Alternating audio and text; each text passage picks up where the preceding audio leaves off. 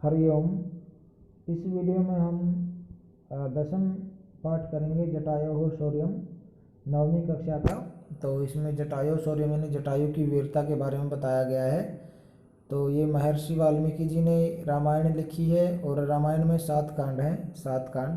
उन 7 कांडों में एक अरण्य कांड आता है जब राम जी वनवास चले जाते हैं। अयोध्या के राजा जो अपने उनके पिता दशरथ थे उनके लिए वचन को पूरा करने के लिए, तो वहाँ पर पंचवटी में वो निवास करते हुए साथ में रहते हैं राम लक्ष्मण सीता। एक दिन क्या है कि कोई राक्षस जो है वो हिरण का रूप धारण करके वहाँ कुटिया के सामने आ जाता है, सोने के हिरण का रूप धारण करके। सीता उनको मतलब हिरण लाने के लिए कहती है कि आप ये हिरण मुझे ला कर दे दीजिए। तो राम उनके पीछे जाते हैं, तो छल से लक्ष्मण भी उनके पीछे चले जाते हैं, क्योंकि वो छल से राम की आवाज़ निकालने लग गया था। तो सीता ने सोचा कि कहीं राम मुसीबत में है, इसलिए वो लक्ष्मण को भेज देती है। पीछे से रावण जो है सीता का हरण कर लेता है। तो जब वो सीता को, रोती हुई सीता को जब आकाश से ले जा रहा था, तो रास्ते में सीता जब रो रही थी, विलाप कर रही थी, तो जटायु ने उसको देखा। तो जटायु ने उसको बचाने के लिए रावण पर प्रहार किया और रावण को प्रहार करके रावण को मतलब हानि पहुंचाई उसने। तो वही बताया गया है कि कैसे वो रावण से लड़ा।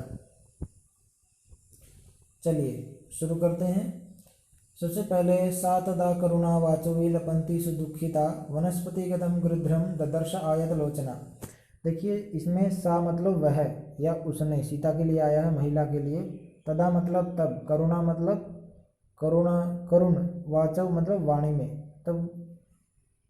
तब वह करुण वाणी में विलपंती रोती हुई, सुदुखिता बड़ी दुखी, वनस्पतिगतम बड़े विशाल पेड़ पर बैठे हुए, गृध्रम गिद्ध को या जटायु को, ददर्श मतलब देखा, आयत लोचना, इसमें ददर्श प्लस आयत लोचना, आयत मतलब चौकोर आंखों वाली या बड़े बड़े नेत्रों वाली उस सीता ने करुण वाणी में विलाप करते हुए और दुखी मन वाली सीता ने एक बड़े विशाल पेड़ पर जटायु को बैठे हुए देखा या सोते हुए, जो भी। आगे है जटायु पश्ये मां मारे हिरियमाणाम अनाथवत अनेन राक्षसेंद्रेण करुणम पाप कर्मणा। देखिए जटायु संबोधन में आया कि हे जटायु, पश्य मतलब देखो, मां मुझको, आर्य मतलब श्रेष्ठ के लिए बोला जाता है आर्य, कि मां मुझको देखो, आर्य मतलब हे श्रेष्ठ जटायु मुझको देखो, ह्रियमाणम हरण किए, हरण की जाती हुई, अनाथवत अनाथ की तरह, यानी मुझ अनाथ की तरह हरण करके ले जाते हुए, अनेन राक्षसेंद्रेण, अनेन मतलब इस, राक्षस प्लस इंद्रेण, राक्षस प्लस इंद्रेण, राक्षस होता है राक्षस दैत्य और इंद्र होता है राजा, यानी राक्षसों के राजा, यानी रावण के द्वारा, करुणम करुणा से भरी हुई, पाप कर्मणा और पाप कर्म करने वाले। ठीक है, तो इसमें क्या है कि हे आर्य जटायु देखो, मुझे अनाथ की तरह ये हरण करके ले जा रहा है और ये पाप कर्म में लगा हुआ जो राक्षसों का राजा रावण है, ये मुझे मुझ करुणा को, करुणा से भरी हुई महिला को आप देखिए। ठीक है, देखिए क्या कहती है कि हे आर्य जटायु, करुणा से भरी हुई मुझको देखो, जो मुझे ये राक्षसों का राजा पाप कर्म में लगा हुआ अनाथ की तरह हरण करके लेते जा रहा है। ठीक है, आगे है तम शब्दम अवसुप्तस्तु जटायुरत्सुश्रुवे निरीक्ष्य रावणम क्षिप्रम वैदेहीम च ददर्श सह। इसके बाद क्या है, तम उस शब्दम शब्द को, उस शब्द को, अवसुप्ता अच्छी तरह से सोए हुए, तू मतलब तो, जटायुरथ अथ मतलब बाद में जटायु के पीछे विसर्ग है, विसर्ग प्लस अथ। ठीक है, रा बन गया विसर्ग को, जटायु ने, अथ इसके बाद शुश्रुवे मतलब सुना, निरीक्ष्य देखकर, रावणम रावण को, क्षिप्रम जल्दी से, वैदेहीम और वैदेही सीता को, च मतलब और, ददर्श मतलब देखा, सा मतलब वह या उसने। देखिए क्या है कि गहरी नींद में सोए हुए, पहले हाँ अथ, इसके बाद गहरी नींद में सोए हुए जटायु ने उस शब्द को सुना। इसके बाद गहरी नींद में सोए हुए जटायु ने उस शब्द को सुना, निरीक्ष्य रावणम क्षिप्रम जल्दी से रावण को देखकर, वैदेहीम च ददर्श, सा मतलब उसने, और उसने जल्दी से वैदेही सीता को ददर्श मतलब देखा, यानी उसने जल्दी से रावण को देखकर सीता को देखा। निरीक्षे में निरुपसर्ग है, इक्ष धातु है और ल्यप प्रत्यय है, ठीक है, देखकर। क्षिप्रम और चाहिए अव्यय हैं। यानी इसके बाद गहरी नींद में सोए हुए जटायु ने उस शब्द को सुना और जल्दी से रावण को देखकर सीता को देखा। चलिए आगे चलते हैं। ततः पर्वत श्रृंगाभ तीक्ष्णा कुंडः खगोतमः वनस्पति गता श्रीमान व्याजहार शुभां गिराम। देखिए आगे क्या है, ततः उसके बाद पर्वत, तो पर्वत ही होता है, श्रृंग मतलब शिखर या चोटी के, आभ मतलब कांति के वाला, सूर्य की चोटी के समान कांति वाले, तीक्ष्ण तुंडः, तीक्ष्ण मतलब तीखी, तुंड मतलब चोंच वाले, खगोतम पक्षियों में श्रेष्ठ, वनस्पति गता विशाल वृक्ष पर बैठा हुआ, श्रीमान जटायु ने व्याजहार कहा, शुभाम मतलब सुंदर, गिरम मतलब वाणी। इसके बाद पर्वत की चोटी के समान कांति वाले, तीक्ष्ण चोंच वाले, पक्षियों में श्रेष्ठ और बड़े विशाल वृक्ष पर बैठे हुए श्रीमान जटायु ने सुंदर वाणी में कहा या सुंदर वाणी में बोला, ठीक है। आगे निवर्तय मतिम नीचाम परदाराभिमर्शनाथ न तत्समाचरे धीरो यत पर्वस्य विगर्हयेत। देखिए क्या कहा है कि निवर्तय हटा लो, मतिम अपनी बुद्धि को, नीचाम मतलब दुष्ट बुद्धि या नीच बुद्धि को हटा लो, परदारा, पर होता है दूसरा, दारा मतलब पत्नी, ठीक है, अभिमर्शनाथ मतलब होता दोष, यानी उसको बारे में बुरी सोच के दोष से या उसको छूने के दोष से, ठीक है, उसको हटा लो। न नहीं, तत् मतलब वो, समाचरित आचरण करना चाहिए, धीरा मतलब धैर्यशाली व्यक्ति को या धैर्यवान को वैसा आचरण नहीं करना चाहिए। यत परो, यत पर प्लस अस्य, यत मतलब जो, पर मतलब दूसरा, अस्य मतलब इसका, विग्रहित निंदा करे। देखिए क्या कहता है कि निवृत्तय मतिम नीचाम परदाराभिमर्शनात्, दूसरे की पत्नी से या पराई स्त्री में छूने के दोष से या पराई स्त्री के बारे में बुरे विचारों वाली अपनी दुष्ट बुद्धि को हटा लो। धैर्यशाली व्यक्ति को वैसा आचरण नहीं करना चाहिए जिसका दूसरा कोई निंदा करे, ठीक है। न तत्समाचरे धीरो, यानी वैसा आचरण नहीं करना चाहिए धैर्यशाली मनुष्य को, यत पर्वस्य विग्रह्येत, जो दूसरा उसकी निंदा करे।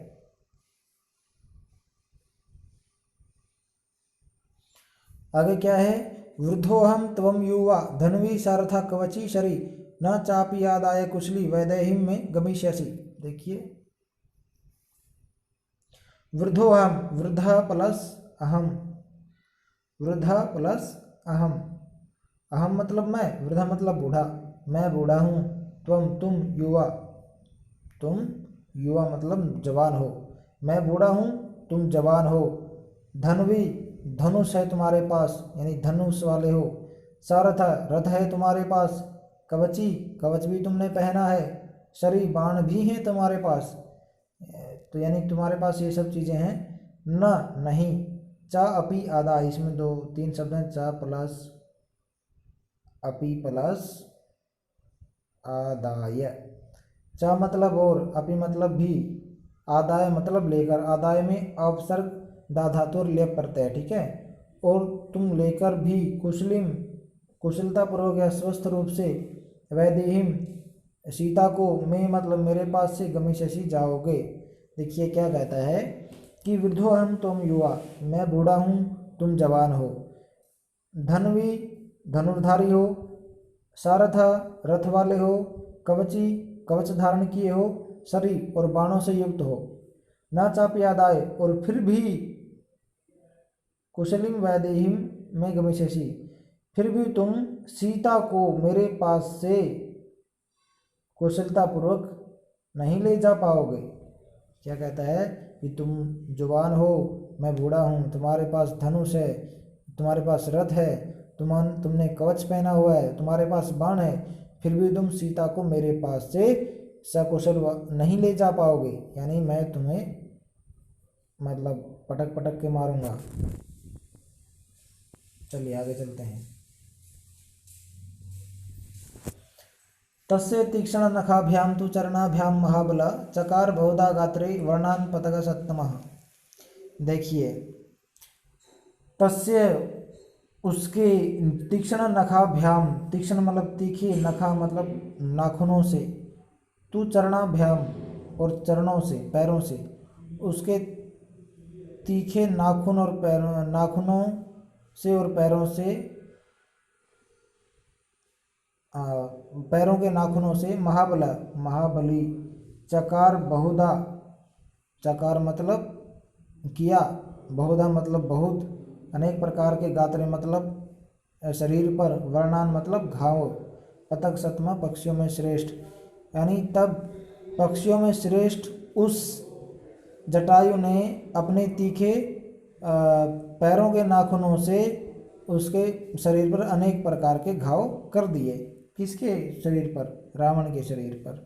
ठीक है, यानी पक्षियों में श्रेष्ठ महाबली जटायु ने अपने तीखे मतलब पैरों के तीखे नाखूनों से उसके शरीर पर अनेक प्रकार के घाव कर दिए। किसके शरीर पर कर दिए? रावण के शरीर पर। आगे क्या कहता है? ततो अस्य सहस्रम चापम मुक्ता मणि विभूषितम कर्णाभ्याम महातेज भभंजस्य महधनु। देखिए, इसमें दो शब्द हैं, ततः प्लस अस्य। ततः मतलब इसके बाद, अस्य मतलब इसके, सहस्रम चापम बाणों सहित चाप को, चाप मतलब होता है जो पीछे पीठ पर टांगते हैं ना, जिसमें बाण डले होते हैं, उसको, तो बाणों के सहित उस चाप को, मुक्ता मणि विभूषितम, जो ये मणि का नाम है मुक्ता मणि, तो उससे सुशोभित बाणों सहित चाप को, चरणाभ्याम अपने पैरों से, महातेजा बड़े बलशाली उस जटायु ने, भवंज मतलब तोड़ दिया, अस्य मतलब इसके, महत धनु, महत महत प्लस धनु ऐसे बनाइए। ठीक है, महत धनु और उसके महान धनुष को या बड़े धनुष को तोड़ दिया।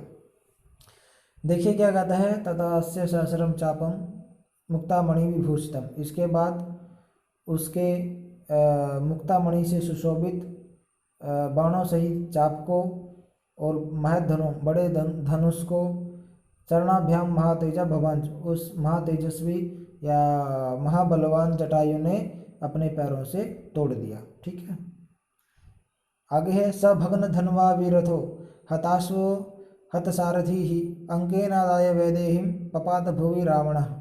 देखिए क्या कहता है आगे? स वह भग्न धनवा, जिसका धनुष टूट गया है ऐसा, वीरथ रथ से रहित, हताश्व जिसके घोड़े मारे गए हों ऐसा वो, हत सारथी जिसका सारथी मारा गया हो ऐसा, अंकेन आदाय अपनी गोद में लेकर, वैदेहीम सीता को, पपात गिर पड़ा, भूमि पर, रावण मतलब रावण। देखिए क्या है? इसके बाद टूटे हुए धनुष वाला, रथ से रहित, मरे हुए घोड़ों वाला और मरे हुए सारथी वाला वो रावण सीता को अपने गोद में लेकर जमीन पर गिर पड़ा। यानी जटायु ने उसके धनुष तोड़ दिए, बाण तोड़ दिए, उसका रथ खंडित कर दिया, उसके घोड़े मार दिए और उसका सारथी मार दिया। तो जब इन चीज़ों से रहित हो गया रावण, तो वो सीता को अपनी एक गोद में उठाकर जमीन पर गिर पड़ा।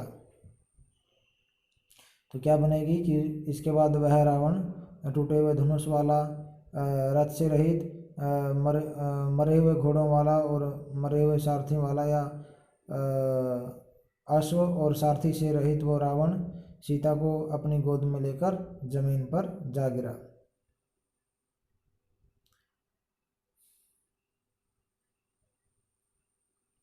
संपरिस्वज्य वैदेहीं वामेन अंकेन रावणः तलेन अभिजगानाशु जटायुं क्रोधमूर्छितः। देखिए, जब कोई किसी के साथ इतना मतलब वैसा व्यवहार करेगा तो क्रोध तो आएगा ही। तो क्या कहता है? संपरिस्वज्य होता है लेकर या पकड़ के, वैदेहीम सीता को वामेन अंकेन, वाम वाम मतलब होता है बाईं गोद में, रावण मतलब रावण ने, तब सीता को रावण ने बाईं गोद में लेकर तलेन, तलेन मतलब तलवार की धार से अभिजगान प्रहार किया, आंसू मतलब शीघ्र ही, जटायु मतलब जटायु को, क्रोध मूर्छिता मतलब क्रोध अत्यधिक क्रुद्ध या क्रोध में मूर्छित मतलब बहुत ज़्यादा क्रोधित, और उस रावण ने सीता को अपनी वाम अंक में या वाम गोद में या बाईं गोद में लेकर तलवार की धार से जटायु पर वार किया। जटायुस्तमधिक्रम्य तुण्डेनस्य खगाधिपः वामबाहुनदस्तदा व्यपाहरद अरिन्दमः। देखिए क्या है, जटायु प्लस तम प्लस अतिक्रम्य, इसमें संपरिस्वज्य में ऊपर समुपसर्ग है, समुपसर्ग पर्युपसर्ग और समुपसर्ग पर्युस्वज और स्वज धातु है और ल्यप प्रत्यय, ठीक है, संपरिस्वज्य अच्छी प्रकार से पकड़कर, ठीक है। आगे है जटायुस्तम अतिक्रम्य, जटायु ने तम अतिक्रम्य उसको लांघ कर, तम अतिक्रम्य उसको लांघ कर, तुंडेन यानी उससे बचकर, तुंडेन चोंच से, अस्य इसके, खगाधिप मतलब पक्षियों का राजा या जटायु ने, वाम बाहुन 10, वाम बाहुन 10 उसकी 10 बाईं भुजाओं को, तदा मतलब तब, व्यापाहरत घायल कर दिया या तोड़ दिया, अरिंदम मतलब शत्रुओं का नाशक, अरि होता है शत्रु और दम मतलब दमन करना, अरिंदम, अरिम प्लस दमा तो अरिंदमा बन गया, ठीक है। यानी शत्रुओं का नाश करने वाले उस जो पक्षियों के राजा जटायु ने उससे बचकर अपनी पैनी चोंच से उसकी वाम या बाएं 10 बाजुएं जो थी उनको काट दिया, उनको खंडित कर दिया या उन पर घाव कर दिए, आप कुछ भी लगा सकते हैं, ठीक है।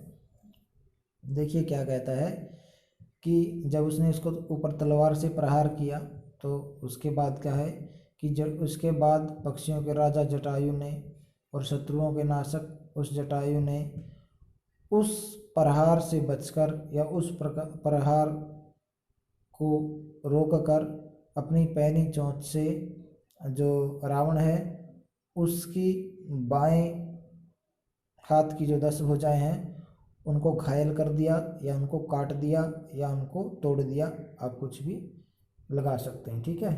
तो ये था हमारा हिंदी सवाल, मुझे आशा आपको समझ आ गया होगा, तो इसे अपनी कॉपी पर उतारें, ठीक है। चलिए आपका दिन शुभ हो, मिलते हैं अगले चलचित्र में।